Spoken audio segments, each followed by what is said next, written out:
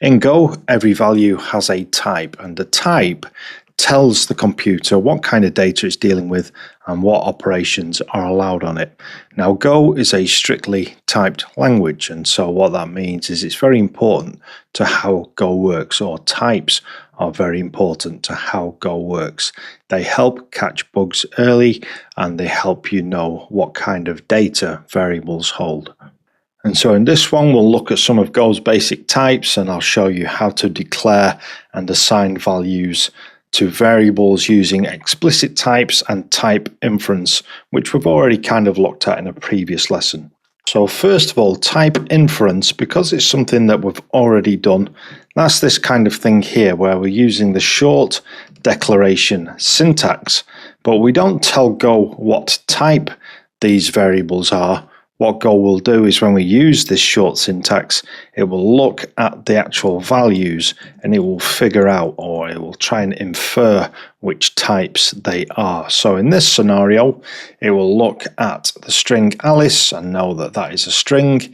It will look at the number 35, no decimal point, and it will assign that to an integer type. Is member. Here we are giving it a boolean value of true, so it'll be able to figure out that that is the boolean true. Notice no quotes, even though it is a word. If we add quotes around it, then it will be treated as a string, but here it's used as a boolean, and booleans are important to controlling the flow of any application or program. And then this last one, because we've got this decimal point in here, then what will happen is that Go will figure out that this is a float 64. Okay, and there is another float type, and that is float 32, but by default and in this scenario, Go will use float 64. Okay, so that is how we assign a variable using type inference, but we can also be quite explicit about this. If we want to use explicit types, then the way that we will create the variables is like this. So we use the var keyword, we are creating a variable called country, and we are giving it a type of string. So look at the order that those things are done in: var keyword, then the name of the variable, and then the type. In some other languages you put the type before the variable name, but in Go the variable name comes first.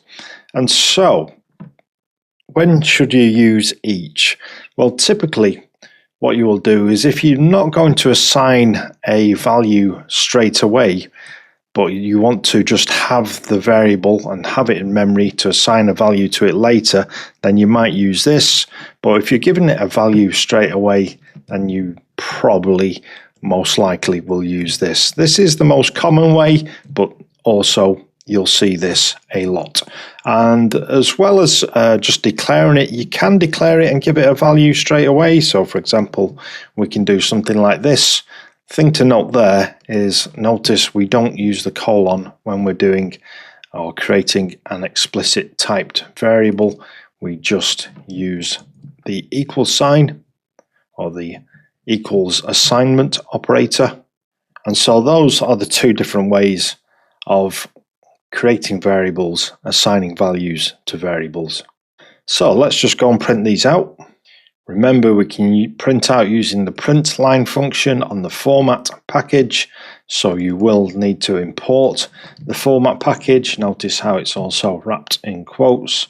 And then how do we run this? And we simply say go run main.go, and as you can see, we're printing out all of those variables. So notice how we passed two arguments to the print line function there. So we passed the string name in quotes, and then we had a comma, and that's how we separate the different arguments. So we're actually passing two different values to the print line function, but it will take as many arguments as you pass, and this is how it renders them, or this is how it prints them out. So you'll notice there's no comma there, but what it will do is it will just print them out each with a space in between. Okay, let's see how much you've retained that knowledge there and set you a challenge. So this is going to be the challenge, going to be fairly similar to what we've actually just done there, what I want you to do is write a program or write a Go program that creates a simple user profile. So basically all you're going to do is similar to what we've done there, is we just want to assign some variables and print them out. So the first one will be a string, so your favorite programming language. Then create a variable with an integer type for how many years you've been programming. And then let's have a boolean for whether you prefer coding in the morning or evening. I actually prefer coding in the morning these days, but when I first started, I used to do a lot of it in the evening because I also had a job doing like real work. And then a float 64 for your programming confidence level, so 0.0 to 1.0. So I think you've got this. Again, you're just doing the same as what we've done there, except using different values. And why not mix it up? Use type inference and also use some explicit typing. Okay, you can do this. Pause me now and give that a go.